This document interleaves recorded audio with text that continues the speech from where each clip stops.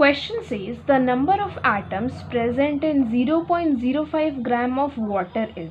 हम लोग वाटर को एक और तरीके से रिप्रेजेंट कर सकते हैं H2O। वाटर का मॉलिक्यूलर फॉर्मूला होता है H2O। तो द क्वेश्चन सिंपली सेज कि आपको पता करना है कि 0.05 ग्राम ऑफ H2O मतलब कि वाटर में कितने नंबर ऑफ एटम्स हैं। सो हमें पता है कि मोल कैलकुलेट करने के एक बहुत सिंपल फॉर्मूला होता है। दो फॉर्मूलाज होता है, मतलब तीन होता है। वॉल्यूम वाला भी हम लोग कंसिडर नहीं करेंगे, हम लोग पता करते हैं सिर्फ नंबर वाला और मास वाला। तो अगर आपको मोल्स कैलकुलेट करने और आपको नंबर गिवन है उस मॉलिक्यूल का चाहे एटम का, अपॉन Na करेंगे तो आपको मोल मिलेगा। अगर आपको मास गिवन है जो कि ऑलवेज ग्राम्स में होना चाहिए, अपॉन मोलर मास करेंगे उसी सब्सटेंस का तो आपको मोल मिल जाएगा। तो क्या हम बोल सकते हैं कि ये दोनों जो फॉर्मूलाज हैं वो इक्वल है, क्योंकि दोनों के दोनों तो मोल्स को ही कैलकुलेट कर रहे हैं, तो दोनों के दोनों इक्वल हो गए। तो हम यही फॉर्मूला लगाएंगे क्योंकि मास हमको गिवन है ग्राम्स में। तो मास हमारा क्या हो गया, जीरो। इसके अकॉर्डिंग हम लोग यहाँ पे लिखेंगे कि 0.05 ग्राम, यहाँ पे देखिए 0.05 ग्राम ऑफ हमको गिवन है, upon molar mass. Molar mass किसका, जिसका आपको वेट गिवन है, इसका मोलर मास क्या हो जाएगा। हाइड्रोजन 2 है, एक हाइड्रोजन का मास होता है मोलर मास, इसलिए हम लोग ग्राम कंसिडर करेंगे। तो 1 × 2 प्लस ऑक्सीजन एक है और एक ऑक्सीजन का मास होता है 16 ग्राम, तो ये हो जाएगा 16, 17, 18 ग्राम्स हो जाएगा मोलर मास।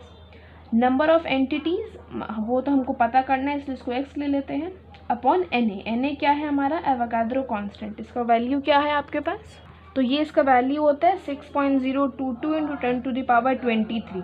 इसको मेमोराइज करने की बहुत सिंपल ट्रिक है। यहाँ पर देखिए, यहाँ पर है 22, यहाँ पर है 23, बस 6 × 6.022 × 10⁻23 आपका एवोगाड्रो नंबर हो गया। अब x जो है आपका, ये नंबर ऑफ एटम्स नहीं है, ये नंबर ऑफ मॉलिक्यूल्स है। क्योंकि नंबर ऑफ एटम्स कैसे हो सकता है, क्योंकि आपने ग्राम दिया है H2O का, मोलर मास दिया है आपने H2O का, तो ये निकलेगा number of molecules in H2O। H2O में एटम्स थोड़ी ना होंगे, H2O में अलग H का एटम्स होगा, अलग O का एटम्स होगा, तो ये निकलेगा, ये जो x निकलेगा वो निकलेगा मॉलिक्यूल्स। अंडरस्टूड, ये x निकलेगा मॉलिक्यूल्स इन H2O। तो इतने मॉलिक्यूल्स हैं 0.05 ग्राम ऑफ वाटर में। अब हमको मॉलिक्यूल्स मिल गया है, अब हम लोग अब इससे हम लोग एटम्स निकाल सकते हैं। तो वो एटम्स कैसे निकालेंगे हम लोग, हम डायरेक्टली इसको मल्टीप्लाई करेंगे। तो मॉलिक्यूल्स है इनटू एटॉमिसिटी। एटॉमिसिटी का मतलब क्या होता है, उसमें कितने एटम्स हैं। तो आपको वाटर में कितने एटम्स दिख रहे हैं, 2 हाइड्रोजन के एटम है, एक ऑक्सीजन का एटम है, मतलब कि 3 एटम्स हो गए, मतलब एटॉमिसिटी हो गया 3। मतलब इसको मल्टीप्लाई कर देंगे इनटू 3, मतलब कि 0.05 अपॉन 18 × Na को अगर आप मल्टीप्लाई करेंगे 3 से तो आपको मिल जाएगा number of atoms in H2O। तो हमने यहाँ पे Na का वैल्यू रख दी विच इज 6.022 × 10⁻23। इसको सॉल्व करने के बाद आपको अप्रॉक्सीमेटली इतना नंबर मिलेगा राउंड ऑफ करने पे।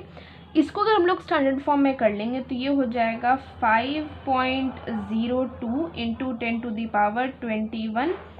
ये है atoms in 0.05 gram of water, मतलब कि H2O। अंडरस्टूड।